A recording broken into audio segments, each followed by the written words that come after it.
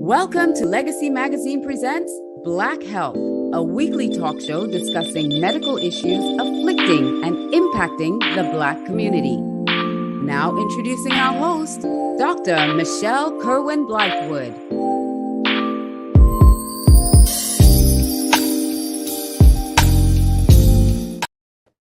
Good afternoon and welcome to Black Health. I am Dr. Michelle Kerwin-Blythewood, host of Black Health.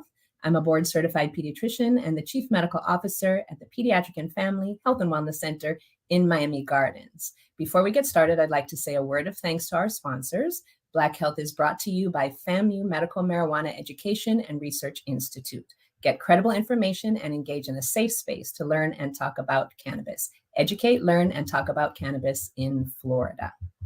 So it seems that the COVID pandemic is maybe not gone, but definitely much less of a threat than it once was.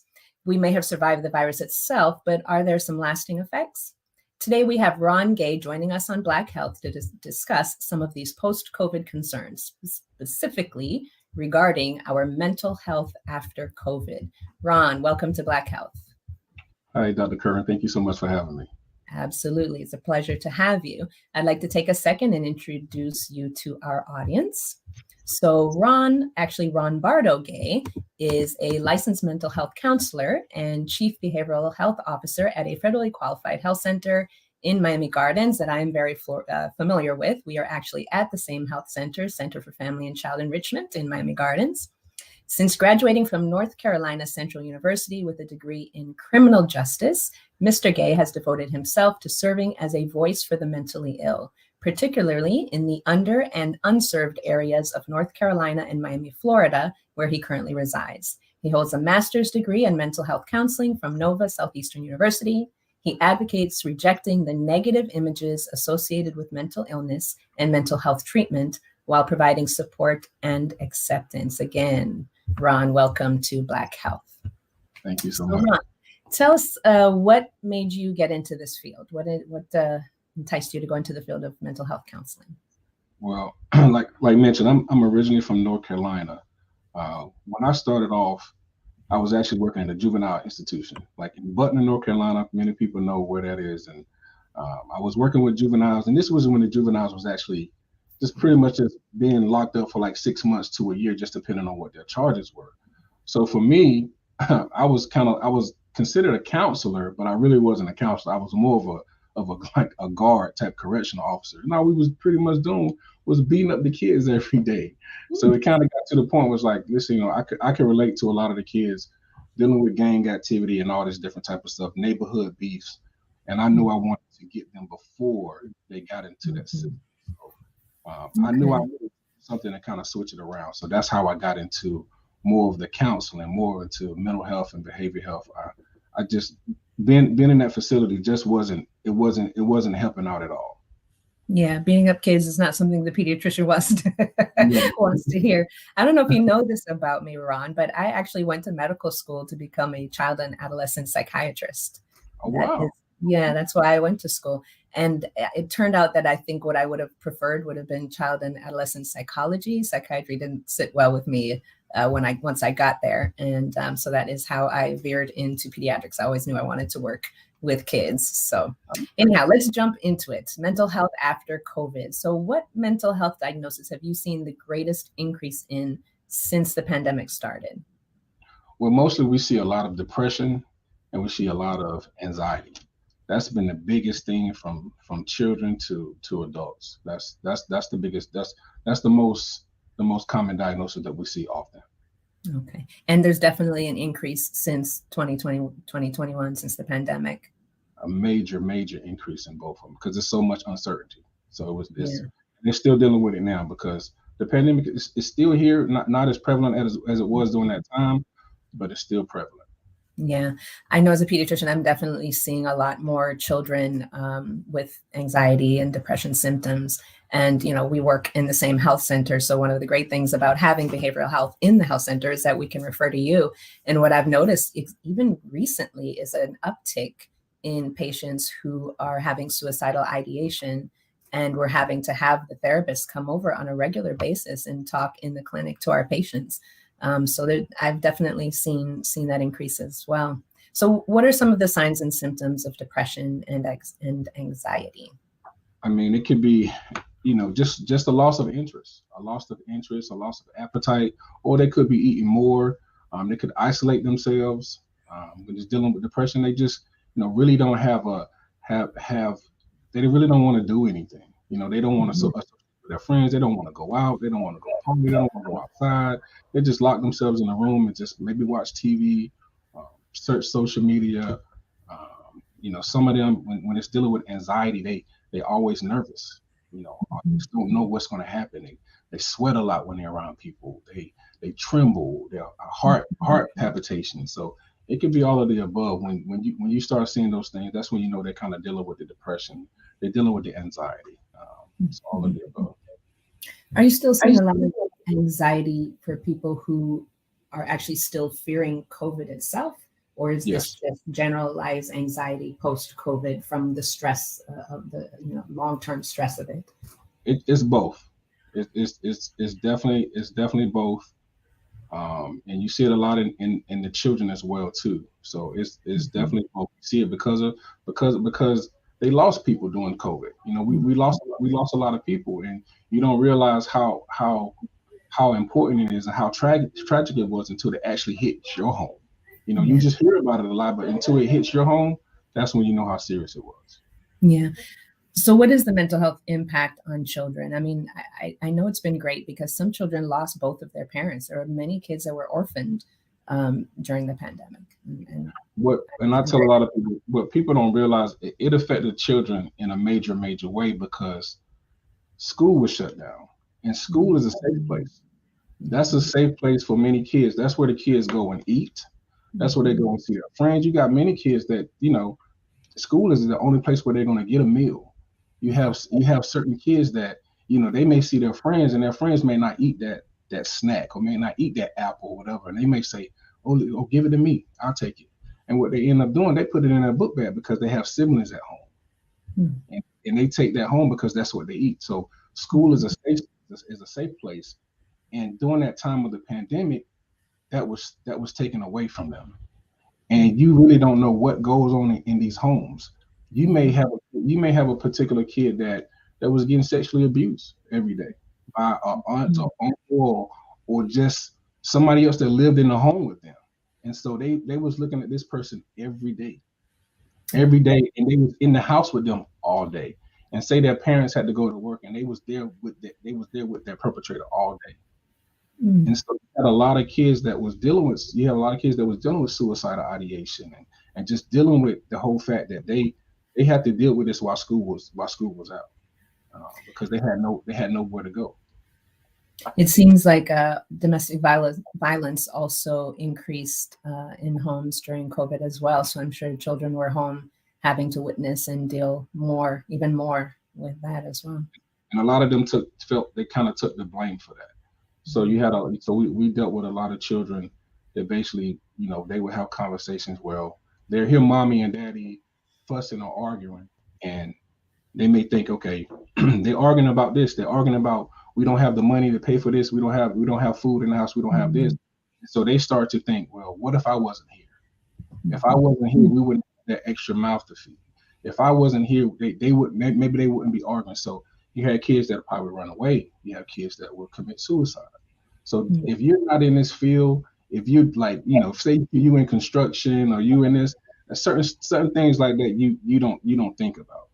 But you in the mental health field, in our fields, we saw it, and we know, and it's still, it still affects a lot of people today. So during the time, I encouraged a lot of guidance counselors. I encouraged them to check on, because as a guidance counselor, it's certain kids that you're connected with and that you lean towards, and during that time you didn't have any contact with them.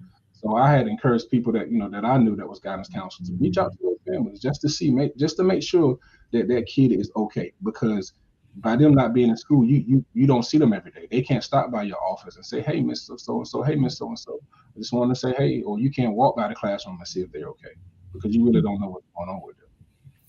I know for a lot of kids, for the kids that are very, maybe extroverted and enjoy school, being home was really rough for them, just that social isolation. But it seems also there were kids who were being bullied in school and may have actually been better off at home during the pandemic and struggled going back to school as well. Yeah, it's both ways. There was some kids really thrive with being at home because they didn't have to do that. Some kids really thrive because some of them, they didn't have opportunity to clean their clothes every day. Mm-hmm. So they didn't have to worry about putting on that uniform, or they could wear whatever they wanted to wear. Mm-hmm. So it's both ways. Sneakers. Kids are rough. Kids are hard on each other. So say that kid that don't have the newest sneakers or whatever, because now with the uniforms, it's taken away. Okay, well this person is not wearing name brand. Now it's focused on your shoes. So now now you're at home. You're that kid that can't afford an expensive pair of shoes. So now you at home barefoot because you're on the screen. You don't have to worry about your shoes, and that takes some of that pressure off of them because they know somebody's not looking at them. They just can focus on their work.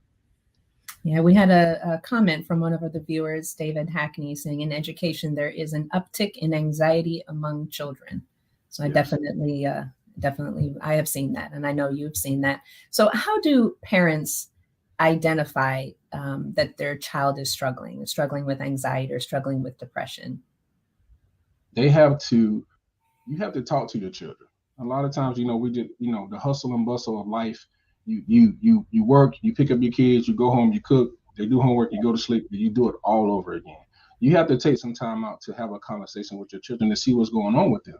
Make sure you look at their grades, talk to their teachers. I know my wife, she's very involved in the school. So have those conversations with the teachers, ask for teacher conferences. And they will do this. You can email your teacher and say, hey, listen, can I see so-and-so grades? What's going on? How do they need help? So once you kind of see that their grades may have dropped, or they're not paying attention in the school, or something is off, that's when you can make sure that you address this with your child. But you have to have a conversation. Just don't go with the flow. And then the next 6 weeks or so, you get the report card and you see the report card and you're like, hey, and then you're mad at them and fussing at them because their grades are dropped. You got to get it before then. So have a conversation with your children and see what's going on. Like I said, I know we're parents, we're busy, but you have to make sure you take that time out to listen to your kids, see what's going on with them, have a conversation with them, take the social media away from them, take the roadblocks away from them, take all that from them, and just take a little bit of time out to just speak to your kids to see what's going on with them, and then you can address it from there.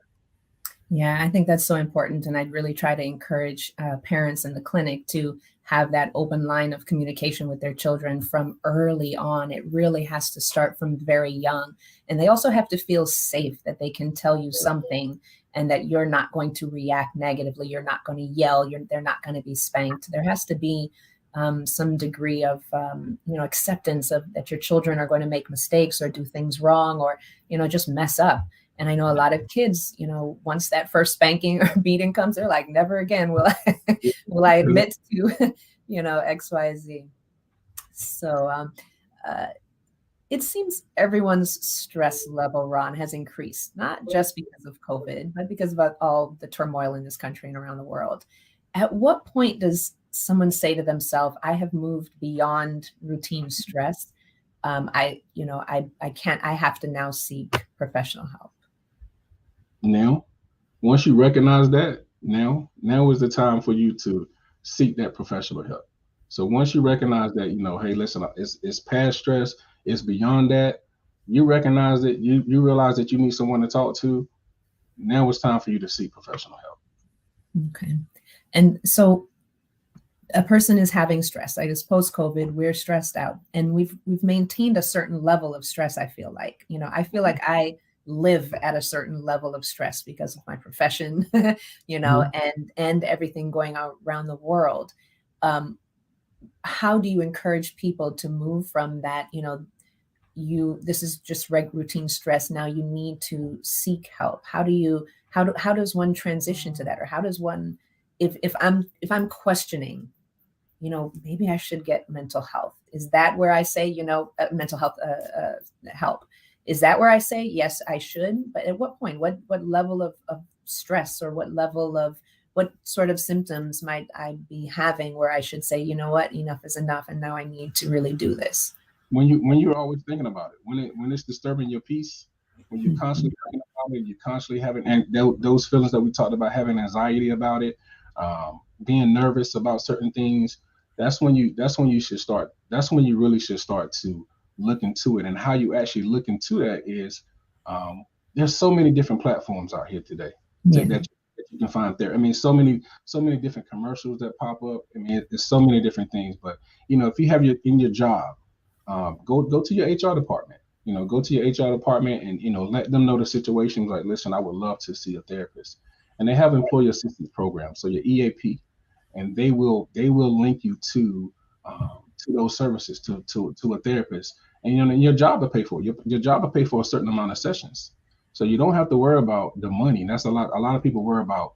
Yeah, I'm stressed out. I need to talk to somebody, but I can't afford it. All right, so don't worry about can't afford it, because nowadays it's available for you, and people make it available for you. We have sliding fee scales. They may not charge you full price. They may charge you something less. And you have federal qualified health center, like the health center that we work at, CLCE, and there are federal qualified health centers all around the world, and they won't turn you away. All right, so they take people that are uninsured, so you don't have to worry about that. Like I said, so many different platforms where you can find therapists. And ask them about their sliding fee scale, and they will. A lot of therapists will have that, based on your income.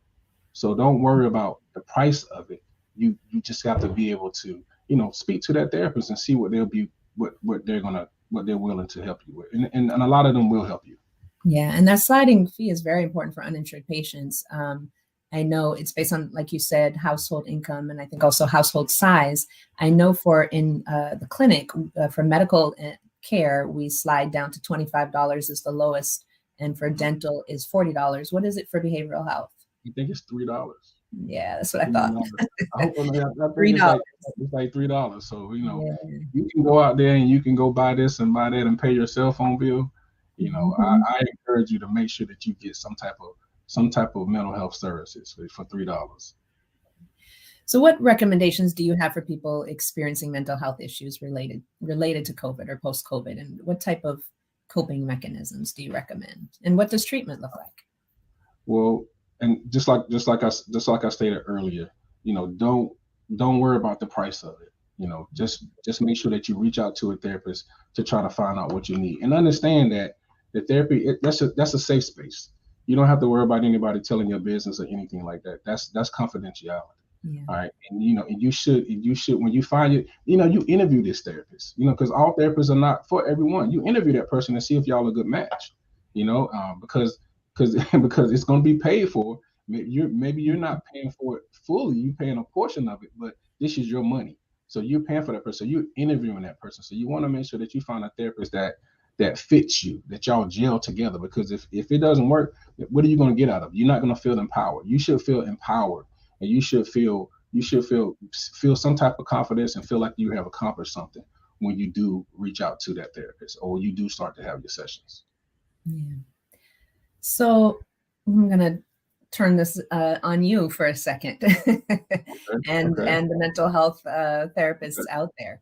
So clearly there has been an increased burden of, increased patient load, carrying the burden of anxiety and depression and so on. So how are mental health professionals themselves handling this increased load? How are mental health professionals taking care of their own mental health? Or are all of you suffering as well?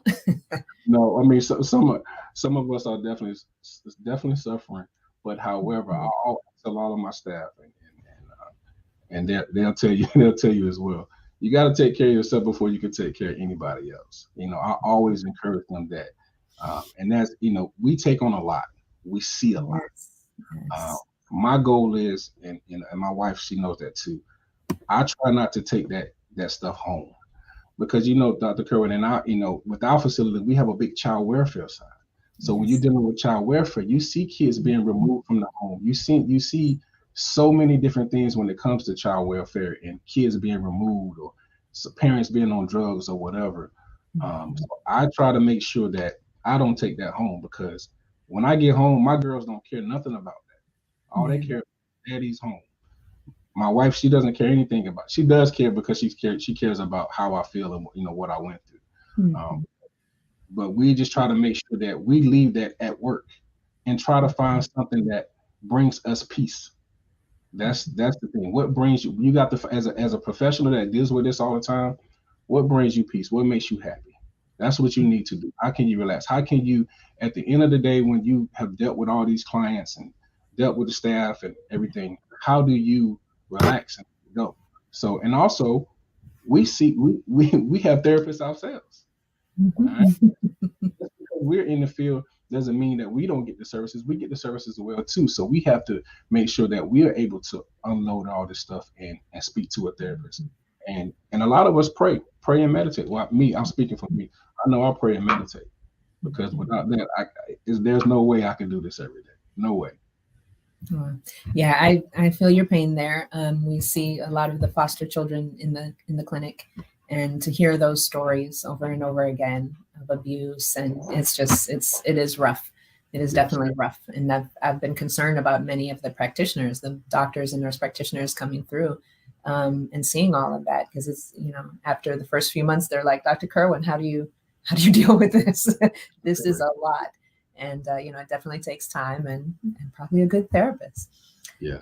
So Black people in the past have not been the best about seeking counseling. Has that changed during the pandemic? It definitely has changed. Like for me growing up, what goes on in this house stays in this house. Yes. That's how we are raised. Um, that's how we were raised. But it has changed a whole lot because now talking about your mental health, going to therapy, you know, people are starting to make it cool. All right, people, it's not, say, now you're not oh, they crazy or anything like that. But now some people are being more open about it, and you send a lot of famous people, or what if you want to Yes. call them famous, they're talking about it more. So the more and more, especially if you see people that you look up to, and they're talking about mental health, oh, you're gonna do it. If Beyonce right now says she got a therapist, everybody in the world gonna go get it. That's all it takes. Everybody gonna go get a therapist just because she said it. It just depends on who do you look up to, who do you follow, who do you listen to. If they're talking about something with mental health, they're influencers. And so that's why now more and more of us are actually looking into it and understanding that it does help, especially during COVID. We learn a lot about ourselves. We learn a lot about ourselves being at home with your spouse every day. You found out if you like them or you don't like them. Do you really need to be together or not? You learn a lot. So now we're seeing more and more of the Black and brown people actually coming to get services.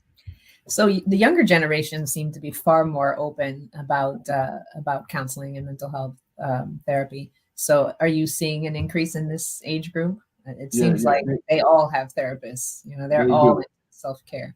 Exactly. They're all in self-care, and it seems like the younger population they get it. With us, several of us will stay on a job for 5, 10, 15 years. Nowadays, the younger generation, if it bothers their peace, if Out. they're not happy, Mhm. if it's causing them anxiety or whatever it may be, they're gone. They're like, okay, I'm not dealing with it. I'm going to no, I'm not going to deal with it. My therapist said I don't have to. You know, they Is so that what so happened in the clinic? exactly. So in a way they do, they do get it. You know what I mean? They're using it. They're using what society has to bring today. Us that's been in the field for a long time, we would just constantly deal with it, because that's how we cope with it. But the newer population, yes, they're going to therapy. They're listening to podcasts. They're Mhm. they're they're doing it all to make sure that they protect their peace. And so we have seen a lot of the younger generation they are coming to therapy more often. Yep. Yeah. It seems that the younger generation are trying to remove the stigma from everything and anything that previously had stigma. So we have a question from Jeffrey, I guess it's Gibbert. Has there also been a rise in people using mental health as an excuse for not being able to fill in the blank? Yeah, I think so too.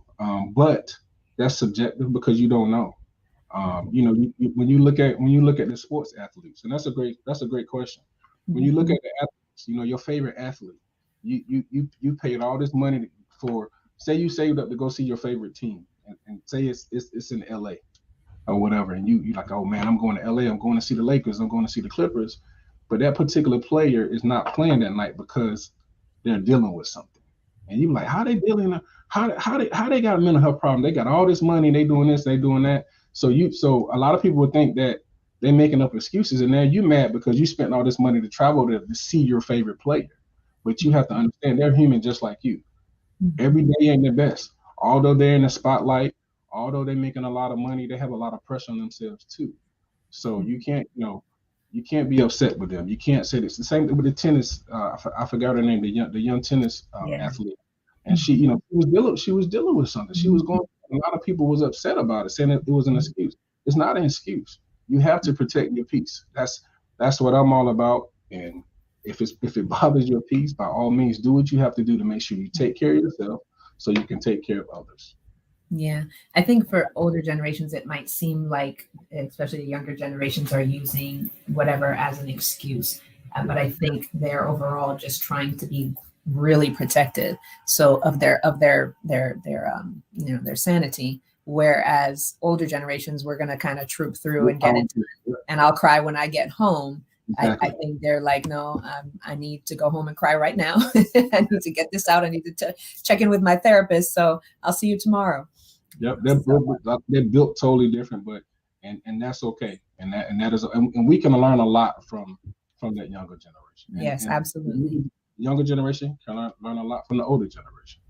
So Mr. Jeffrey Gibbard has one more question for us. Does increased social media use during the pandemic play a part in the rise of mental health issues? Also, did this play a part in the rise of sensitivity? I would say yes. And that's just me speaking personally. For me, at the top of the year, of course, I always do a spiritual fast at the top of the year. But I remove myself from social media. I encourage everybody to do that. It works for me. It may not work for you, but I remove myself from social media at the top of the year and actually reset and really focus on what do I really want to accomplish. And I found myself being more. I've accomplished so much over the past month that it's crazy. I just got back on social media, but I saw myself doing more. I saw myself being a better father, being a better husband, being a better friend, and using the extra time to do other things to be more productive. Because once you you separate yourself, you isolate yourself from that stuff. You don't know what's going on in the world, because it can be good and it can be bad. It can really motivate you to do something, but then again, it can make you sad because you can see one of your friends that are doing something great, and you say to yourself, "Man, I started that. I should have been finished that." And then you compare yourself to that person.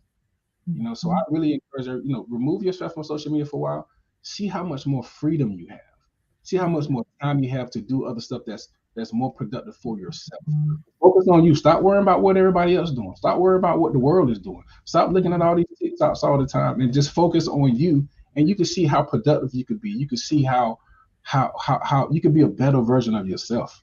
If you just remove it. I'm not saying completely, but just remove yourself from it and just kind of see, you'll see the difference. And if you have an alpha or whatever, you'll see the time. It'll show you how much time you spend on something, how much time. And then you'll find sometimes when you remove yourself, you'll find yourself almost about to click on Instagram, almost about to get on Facebook, but just try it and you will see a difference in your life. So David Hackney commented, social media is as addictive as any drug. And yes. I would definitely agree with that. I do very little social media. I think it's a good thing. I think it also has its drawbacks in terms of business and promoting business and things like that. But I just refuse to be addicted to it. I just refuse to be addicted to anything. Like I won't even drink coffee or tea every day. I allow myself once a week. I don't want to be addicted to anything. I want nothing to control my life other than the man upstairs, right? And maybe my husband a little bit, but so Ron, any words, parting words of advice, and can you also give us your contact information where somebody can find you if they need therapy? My thing is seek the help that you need. Also, if someone crosses your mind, and I tell my friends and my fraternity brothers this all the time, if someone crosses your mind, send them a text message, call them or whatever, but be ready for what comes behind that. Because you send that text message, you don't know what's going to happen after that text message. You just might say, hey, listen, hey, Dr. Kerwin, I was just calling to see how you was doing. You got to be ready, because Dr. Kerwin may say, I'm not doing well. Yeah. Right? So just be ready. Just be ready to provide them with some type of help. Provide them with that listening ear. They just may need you to listen. We're so quick to say, hey, listen, call us if you need anything. We have funerals and everything. Soon somebody died. From our culture, the first thing we say, hey, if you need something, just let me know. Mm-hmm. But do you really have what they need if they do ask you for something? So I just encourage you to be that listening ear for that friend or for that brother, for that sister or whoever. And for my men that's out there, this is for the men. Don't let your pride get in the way. Yes. Because as men, we are very prideful. Seek the help that you need, because there are professional therapists out there that's willing to listen to you and help you. Please don't let your pride get in the way, because once your pride gets in the way, that room gets dark, that room gets quiet. Don't let that happen. Seek the help that you need. My contact information, you can reach me at the Center for Family and Child Enrichment. The phone number, make sure I got the right phone number that he call me directly, 305-624-7450. My email address is rgay@cfcinc.org. We provide all services. We have behavioral health. We have the pediatric side with Dr. Kerwin as well. And I'm pretty sure they'll add this information on. But we accept everybody. We won't turn you around. Don't worry about your insurance. We're here in the community, Miami Gardens, and we're here to help anyone that we actually can. Awesome. A few words from our listeners today. Castro Q, therapy is self-care. Great insight. Spot on, solid advice. Mr. Gibbert, lots of wonderful information shared today. So thank you, Ron and Sabin Joseph. # protect your peace. So we'll close with those words. # protect your peace. Thank you, Ron, for taking us through this topic today. You have definitely been a wealth of information. It has been a pleasure interviewing you. It has been a pleasure working with you for the years that we have worked together. So thank you for coming on today. I think this is such an important topic that we can't talk enough about. There are so many mental health issues out there. There's so much more to discuss, bipolar and suicide and everything else. So like he said, be willing to talk to a friend and really listen and help them seek help. And you yourself seek help if you feel, like Ron said, once you start to question and once you start to think about it, then just go ahead and reach out. So thank you, everybody, for joining us today on Black Health.